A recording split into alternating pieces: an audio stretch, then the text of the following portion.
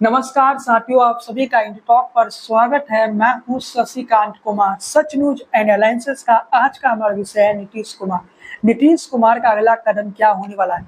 नीतीश कुमार तेजस्वी यादव मुलाकात करते तो सारी चैनलों में ये खबरें चलती है। एक बार फिर से जेडीयू आरजेडी करीब आ रहा है। 6 महीने के अंदर ही बिहार में एनडीए की सरकार गिरने जा रही। इन टॉक की शुरुआत से ही बताया था कि एनडीए की सरकार गिरने का खतरा। लेकिन आज का ये विश्लेषण हम शुरू करें उससे पहले हम आज के विचार को जानते हैं। सच्चाई के रास्ते पर चलने में फायदा है, क्योंकि इस रास्ते पर भीड़ कम होता है। तो चलिए साथियों, आज के इस वीडियो की शुरुआत करते हैं। आज का ये विश्लेषण की शुरुआत करते हैं। और सबसे पहला पॉइंट, नीतीश कुमार का अगला कदम क्या हो।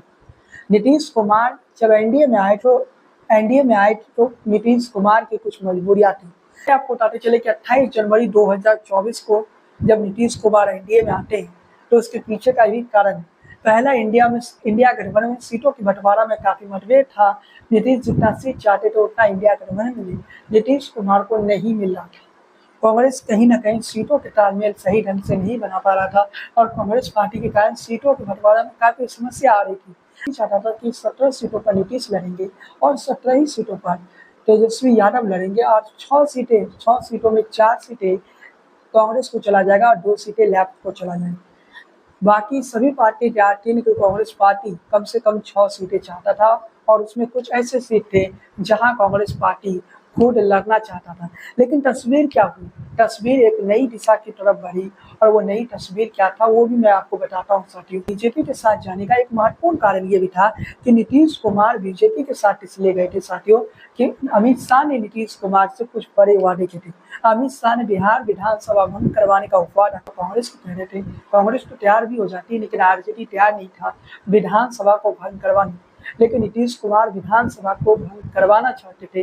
अगर वो बातें तेजस्वी मान लिए होते तो गठबंधन कभी नहीं टूटता, गठबंधन बना रहता। लेकिन तेजस्वी ने उस बात को नहीं माना। इस कारण से इंडिया गठबंधन से नीतीश कुमार अलग हो गए। लेकिन इधर अमित शाह की तरफ से ऑफर दिया गया कि हम विधानसभा को भंग करवाने में आपका सहायता करेंगे, लोकसभा के साथ ही विधानसभा चुनाव करवाएंगे। नीतीश कुमार एनडीए में आए तो बीजेपी की तरफ से कहा गया कि जुलाई से अगस्त के बीच चुनाव करवा लेंगे। नीतीश कुमार खुश थे। फिर बताया गया कि आपको नवंबर में चुनाव करवा लेंगे। लेकिन पिछला वीडियो में मैंने बताया था कि नीतीश कुमार नवंबर में चुनाव नहीं चाहते।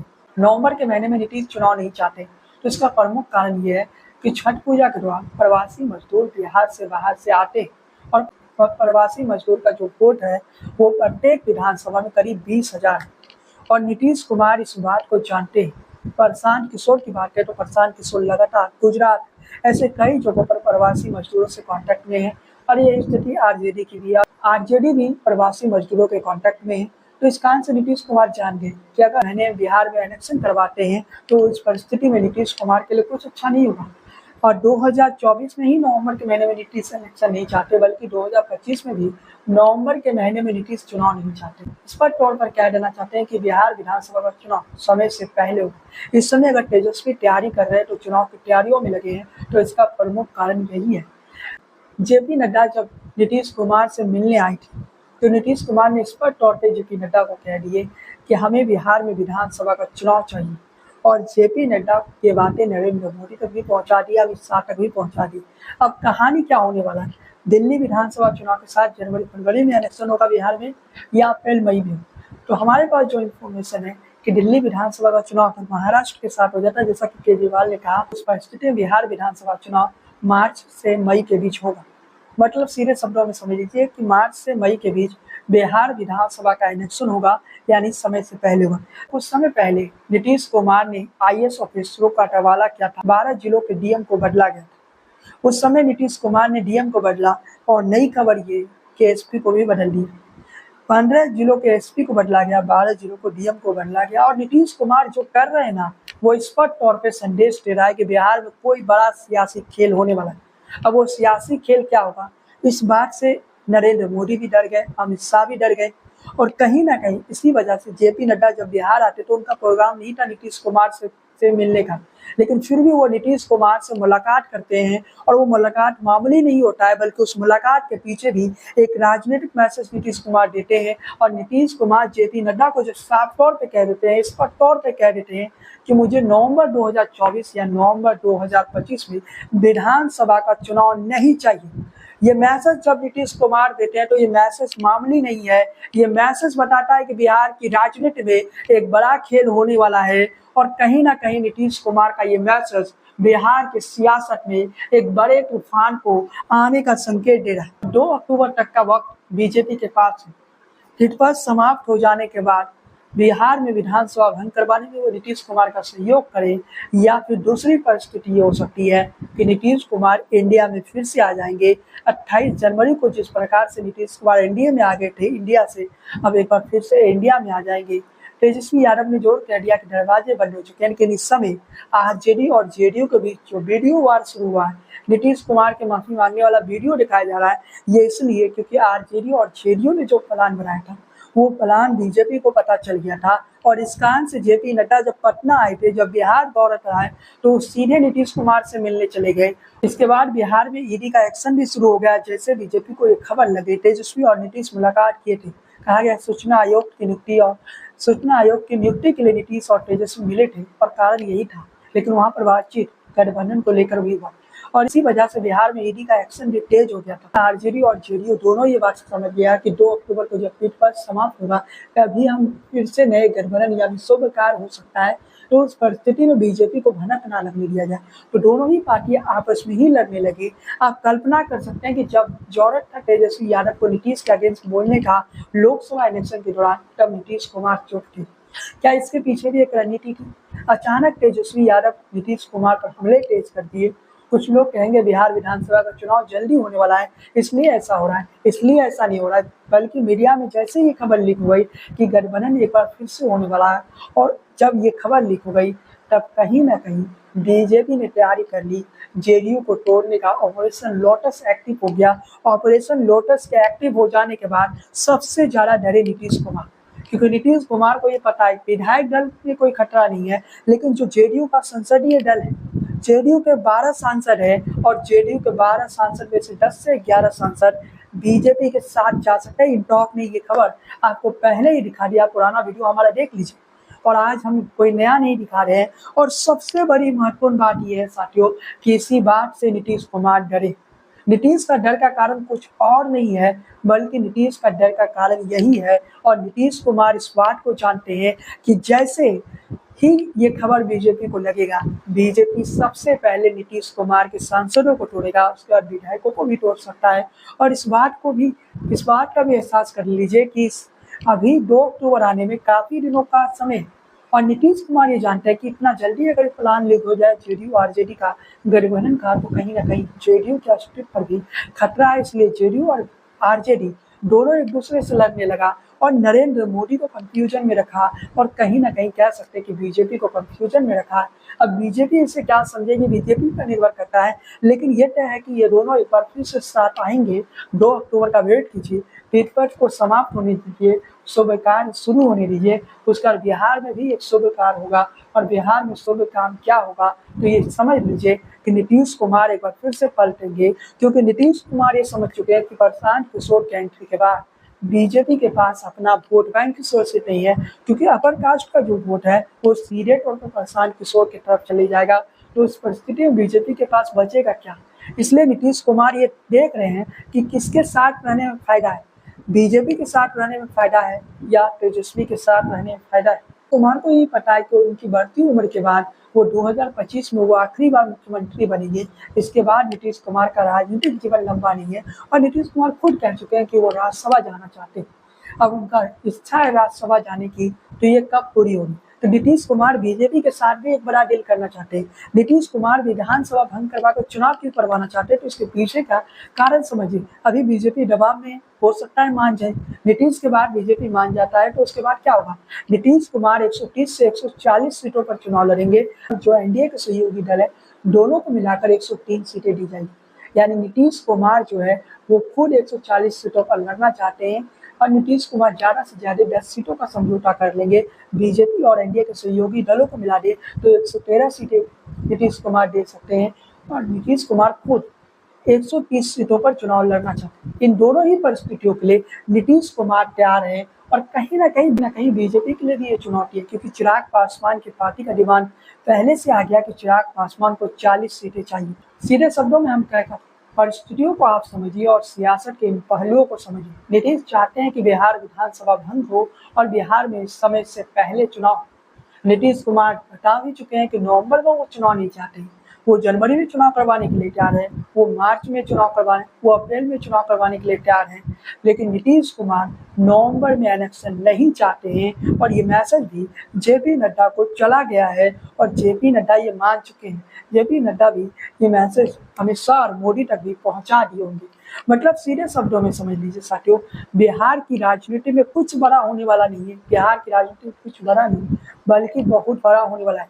तेजस्वी यादव जिस प्रकार से नीतीश पर हमले तेज कर दिए, क्या ये कहीं ना कहीं जेडीयू और आरजेडी का मैच फिक्सिंग तो नहीं है? ये दोनों बीजेपी को कंफ्यूजन में रख रहे हैं, क्योंकि गठबंधन तो 2 अक्टूबर के बाद किसी वक्त हो सकती है। 2 अक्टूबर के बाद बिहार में कभी भी सियासी खेल हो सकता है, इस बात को समझिए। जैसे ही 2 अक्टूबर को ट्वीट पर समाप्त हो जाएगा, 3 अक्टूबर को दुर्गा पूजा शुरू हो जाएगा, उसके बाद बिहार की राजनीति में कभी भी खेल हो सकता है। इस बात को बीजेपी भी जानती है, तो बीजेपी क्यों मदद करेगी, बीजेपी क्यों नीतीश कुमार के साथ देगी और विधानसभा को भंग करवाएगी?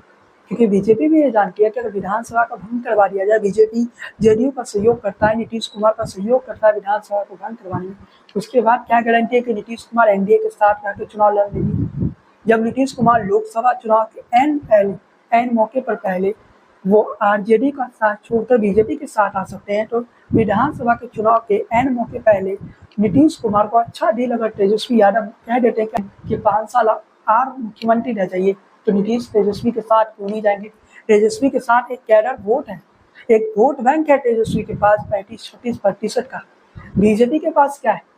बीजेपी के पास जो अपर कास्ट का वोट बैंक जिसका दावा बीजेपी करता है, वो वोट बैंक भी तो प्रशांत किशोर के आ जाने के बाद कहीं ना कहीं उस वोट बैंक पर भी तो सेंड लगेगा। तो किससे नुकसान होगा? जेडीयू अगर एनडीए में रहता है तो जेडीयू को भी नुकसान होगा। बीजेपी के वोटर अगर कहीं ना कहीं नीतीश कुमार से बीजेपी के वोटर खपा है। लोकसभा का परिणाम देख लीजिए, पूर्णिया का सीट ले लीजिए, कटिहार का सीट ले लीजिए, वहाँ जो बीजेपी का कोर वोटर था वो जेडीयू को वोट नहीं दिया, तो उसी कारण से कटिहार और पूर्णिया में हार हुई थी। ऐसे कई सीटें हैं बिहार में जहां पर जेडीयू को बीजेपी का कोर वोटर वोट नहीं दिया। नीतीश कुमार ये मान के चल रहे हैं कि जब प्रशांत किशोर के रूप में एक नया विकल्प बिहार की राजनीति में आ रहा है, अगर कास्ट ही क्या हर जाति वोट बैंक अगर प्रशांत किशोर की तरफ शिफ्ट हो जाता है। 2005 में अगर पहली बार नीतीश कुमार की सरकार बनी थी तो उसमें प्रवासी मजदूरों का वोट बैंक कहीं ना कहीं महत्वपूर्ण हो जाता है। आज की तारीख में बिहार के हर विधानसभा की सीट को देखें तो करीब 20,000 प्रवासी मजदूर वोटर है जो किसी कारणवश बिहार से बाहर काम के लिए जाते हैं। उन वोटरों का अगर हम देखें तो 20,000 वोट हर सीट पर है। तो इस बात से आप बिहार की सियासत को समझ सकते हैं, इस बात से आप बिहार की सियासत की परिस्थितियों को समझ सकते हैं। और मैं फिर से कह रहा हूँ कि बिहार की सियासत में एक ऐसी तूफान आने वाली है जिसकी आप कल्पना भी नहीं किए हैं। बिहार की राजनीति में एक ऐसा तूफान आने वाले कुछ ही दिनों में आ सकता है, 2 अक्टूबर के बाद भी आ सकता है। और बिहार की राजनीति का जब एनालिसिस करेगा तो नीतीश कुमार बार बार सफाई देंगे, नहीं अब नहीं जाएंगे, 2 बार गलती कर दी, तीसरी बार गलती नहीं करेंगे। ये बातें नीतीश कुमार कह रहे हैं।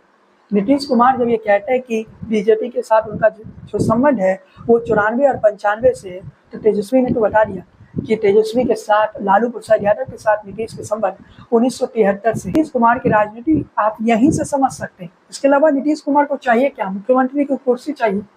वो थोड़े प्रधानमंत्री बनना चाहते, वो मुख्यमंत्री की कुर्सी पर रहना चाहते हैं। 2025 से 2030 तक तेजस्वी दे भी दे तो तेजस्वी के पास काफी समय है। और तेजस्वी ये जानते हैं कि एक बार नीतीश कुमार को रिटायर हो जाते हैं तो नीतीश कुमार का जो वोट बैंक है, कुछ वोटर जो है यानी पूर्वी और कुशवाहा वोटर, वो सीधे तौर पर तेजस्वी यादव के साथ आ जाएंगे और तेजस्वी की नज़र उसी वोट बैंक पर है। और नीतीश कुमार के समझौता के लिए तेजस्वी तैयार हो जाएंगे क्योंकि तेजस्वी के पास समय काफी। ये बातें लालू प्रसाद यादव भी जानते हैं कि तेजस्वी के पास वक्त काफी है और तेजस्वी यादव आज नहीं तो कल मुख्यमंत्री बन जाएंगे। अगर 5 साल और नीतीश कुमार को दे दे, 5 साल नीतीश नहीं संभाल पाएंगे, ये बातें तेजस्वी को भी पता है। 2026 में जब राज्यसभा का चुनाव होगा तब नीतीश कुमार हो सकता है कि राज्यसभा चले जाए। 2026 में नहीं जाएंगे तो 2028 में चले जाएंगे। उसके बाद तो तेजस्वी मुख्यमंत्री बन सकते हैं और इस बात का एहसास तेजस्वी को है। लेकिन नीतीश राजनीति के खिलाड़ी हैं, वो कब किधर हो गए कोई नहीं जानता, ये तेजस्वी भी जानते। तेजस्वी को ये भी पता है कि अगर नीतीश के साथ 2025 का विधानसभा चुनाव लड़ते हैं, उस परिस्थिति को तेजस्वी देख रहे हैं कि अगर नीतीश कुमार जब रिटायर होंगे तो नीतीश कुमार का जो वोट बैंक है, लव कुश वोटर है, कुर्मी कुशवाहा वोटर, वो सीधे तौर पर आप कह सकते हैं कि तेजस्वी को मिलेगा। महिलाओं की बात करें तो महिला वोटर किसी भी जाति या धर्म का रहे, वो नीतीश कुमार को वोट करते हैं, वो वोट बैंक भी सीधे तेजस्वी को मिल जाएगा। और तेजस्वी यही कोशिश में है, बेहतर राजनीतिक विदाई तेजस्वी देना चाहते हैं। मुख्यमंत्री के तौर पर नीतीश विदाई ले ले, लेकिन बाद में तेजस्वी को ही वो सारे वोट मिलेंगे और इस बात को तेजस्वी सोच रहे हैं। लेकिन उधर प्रशांत किशोर भी दावे कर रहे हैं कि वो 130 से 140 सीटें लाएंगे, बहुमत के साथ बिहार में सरकार बनाएंगे। प्रशांत किशोर के दावों पर हम अगले वीडियो में बात करेंगे। लेकिन तेजस्वी क्या चाहते हैं, तेजस्वी यादव को क्या चाहिए? तेजस्वी यादव को इस समय बिहार में सरकार बनाना जरूरी है। वो सरकार भले ही नीतीश कुमार के साथ बने। तेजस्वी को ये पता है कि अगर वो नीतीश कुमार के बिना लड़ते हैं, कांग्रेस और बाकी दलों के साथ लड़ते हैं, वहाँ पर तेजस्वी को सफलता मिल सकती है। लेकिन नीतीश कुमार आ गए तो ये 100% तय है कि बिहार में सरकार इंडिया गठबंधन की ही बनेगी और इसलिए तेजस्वी नीतीश को साथ लेना चाहते हैं। और नीतीश के जरिए तेजस्वी कहीं ना कहीं केंद्र की राजनीति को भी प्रभावित कर सकते हैं और केंद्र की राजनीति में मोदी की पकड़ को कमजोर कर सकते हैं। अगर 12 सांसद जेडीयू के, वो 12 सांसद इंडिया गठबंधन के हो जाएंगे, इस बात को भी समझिए। कहीं ना कहीं तेजस्वी एक रणनीति के तहत काम कर रहे हैं और तेजस्वी चाहते हैं कि नीतीश आए। लेकिन तेजस्वी जब ये कहते हैं कि दरवाजे बंद हो चुके हैं, अब नीतीश कुमार को साथ नहीं लेंगे, तो उससे भी एक नई राजनीति का गेम आपको देखने को मिलेगा। लेकिन इंतजार करिए, क्योंकि इस समय तो बीजेपी नीतीश कुमार की चक्री में फंस गई, क्योंकि बीजेपी को समझ ही नहीं आ रहा है। पहले तेजस्वी नीतीश साथ साथ आते दिखते हैं, अचानक दोनों एक दूसरे पर हमला तेज कर देते हैं और इस खेल को बीजेपी शायद ही समझ पाएगी, शायद जेपी नड्डा समझ पाएंगे। अमित शाह को राजनीति का चाणक्य कहा जाता है, लेकिन असल में राजनीति के चाणक्य एक ही है, वो नीतीश कुमार। नीतीश कुमार जब कोई निर्णय लेते हैं तो पहले किसी को पता नहीं होता है। 2 अक्टूबर का इंतजार कीजिए, उसके बाद कब क्या हो जाए कोई नहीं जानता है। बिहार की राजनीति में कब भूकंप आ जाएगा, इस बात का एहसास कोई नहीं जानता है। नीतीश कुमार के चुकड़ी में फंसी हुई है, बीजेपी को भी कुछ समझ में नहीं आ रहा है। अब जो करना है नीतीश कुमार को करना है। नीतीश क्या करेंगे, नीतीश क्यों बिहार विधानसभा भंग करवाना चाहते हैं, तो इस बात को भी समझ लीजिए। नीतीश कुमार बिहार विधानसभा को भंग इसलिए करवाना चाहते हैं क्योंकि नीतीश कुमार का सीटों की संख्या इस समय 43 है और नीतीश कुमार यही नहीं चाहते। नीतीश कुमार चाहते हैं कि उनकी पार्टी की सीटों की संख्या 80 हो जाए, 70 से 80 हो जाए, जिसका नीतीश कुमार आराम से सरकार चला सके, उन्हें कोई टेंशन ना हो। और इसलिए नीतीश कुमार बीजेपी से 140 सीटों की डिमांड कर रहे हैं और कह रहे हैं कि एनडीए में जो सहयोगी दल है वो तो आपके साथ है, इसलिए आप अपने कोटे से सीट दीजिए। जेडीयू क्यों सीट देगा? चिराग पासवान के चाचा को नीतीश कुमार अपने कोटे से सीट देने के लिए तैयार है, लेकिन बाकी एनडीए के सहयोगी को देने के तैयार नहीं है, क्योंकि नीतीश कुमार ये मानते हैं कि वो सारे बीजेपी के सहयोगी है, तो बीजेपी अपने कोटे से सीट देगा। इसमें नीतीश कुमार क्यों सीट दे? इसलिए नीतीश कुमार 140 सीटों में लड़ना चाहते हैं और नीतीश कुमार का उद्देश्य एकमात्र है कि वो अपनी पार्टी को बिहार का नंबर 1 पार्टी बनाना चाहते हैं, यानी सबसे ज्यादा विधायक। नीतीश कुमार का एकमात्र उद्देश्य है कि पिछले बार उनकी पार्टी का विधायकों की संख्या 43 था, इस बार नीतीश कुमार ये संख्या बढ़ाकर 80 तक पहुंचाना चाहते हैं। वो नंबर 1 पार्टी बनना चाहते हैं या दूसरे नंबर पर रहना चाहते हैं। लेकिन नीतीश कुमार को ये परिस्थिति स्वीकार नहीं है तो उनके पास बस 43 विधायक रहे, वो तीसरे नंबर की पार्टी बन के रहे। ये नीतीश कुमार नहीं चाहते हैं। कुमार बिहार में विधानसभा को भंग करवाना चाहते हैं और ये परिस्थिति जो नजर आ रहा है, बिहार में समय से पहले चुनाव होगा, चाहे बीजेपी विधानसभा भंग करवाने में नीतीश का सहयोग करे या राजद और कांग्रेस करे। परिस्थिति स्पष्ट है कि नीतीश कुमार जो चाहते हैं वो करके रहेंगे, विधानसभा को भंग करवा के रहेंगे और विधानसभा भंग होने के बाद नीतीश कुमार को कोई टेंशन भी नहीं रहेगा। नीतीश कुमार कार्यकारी मुख्यमंत्री रहेंगे, उस वक्त पार्टी टूटने का भी कोई खतरा नहीं रहेगा और नीतीश कुमार कहीं ना कहीं निश्चित हो जाएंगे। उसके बाद नीतीश कुमार कांग्रेस के साथ गठबंधन कर सकते हैं। आरजेडी अकेले लड़े, कांग्रेस और नीतीश का गठबंधन हो सकता है, वो परिस्थिति भी बन सकता है बिहार में। उस परिस्थिति में आरजेडी किधर जाएगा, आरजेडी एनडीए में जाएगा या आरजेडी अकेले दम पर लड़ेगा, ये भी देखना महत्वपूर्ण रहेगा। लेकिन परिस्थिति ये भी हो सकती है कि नीतीश कुमार बीजेपी के सहयोग से आप कह सकते हैं कि पहले विधानसभा को भंग करवाए, उसके बाद नीतीश कुमार कांग्रेस के साथ चले जाए और कांग्रेस भी नीतीश को साथ लेने को तैयार हो जाएगा। पप्पू यादव पहले ही कह चुके कि अगर आरजेडी के खिलाफ जाकर कांग्रेस अकेले दम पर चुनाव लड़ते तो पप्पू यादव भी बिहार में सत्ता दिला देंगे। उस परिस्थिति को भी समझिए कि कांग्रेस और नीतीश का गठबंधन हो जाता है और इधर आरजेडी अकेले पड़ जाता है, उधर बीजेपी अकेले पड़ जाता है। उस परिस्थिति में बीजेपी और आरजेडी भी एक हो सकता है। ये परिस्थिति बिहार की राजनीति बन सकती है कि आरजेडी और बीजेपी का गठबंधन हो जाए, क्योंकि परिस्थिति बिहार की सियासत का किसी तरफ जा सकता है। इसलिए बीजेपी कहीं ना कहीं नीतीश कुमार के साथ देने को तैयार नहीं है और इसी कारण से बीजेपी कहीं ना कहीं विधानसभा को भंग करवाने के ले तैयार नहीं, क्योंकि नीतीश कुमार का कोई भरोसा नहीं। जैसे विधानसभा भंग होगा, नीतीश कुमार कब किधर चले जाएंगे ये कोई नहीं जानता। खैर साथियों, आज के इस वीडियो को हम यही समाप्त करते हैं। चैनल पर पहली बार आए तो सब्सक्राइब कर लीजिए, बेल आइकन की घंटी को बजाना बिल्कुल भूले। फेसबुक पेज को फॉलो कीजिए, लाइक कीजिए। बने रहिए टॉक के साथ। जय हिंद, वंदे मातरम।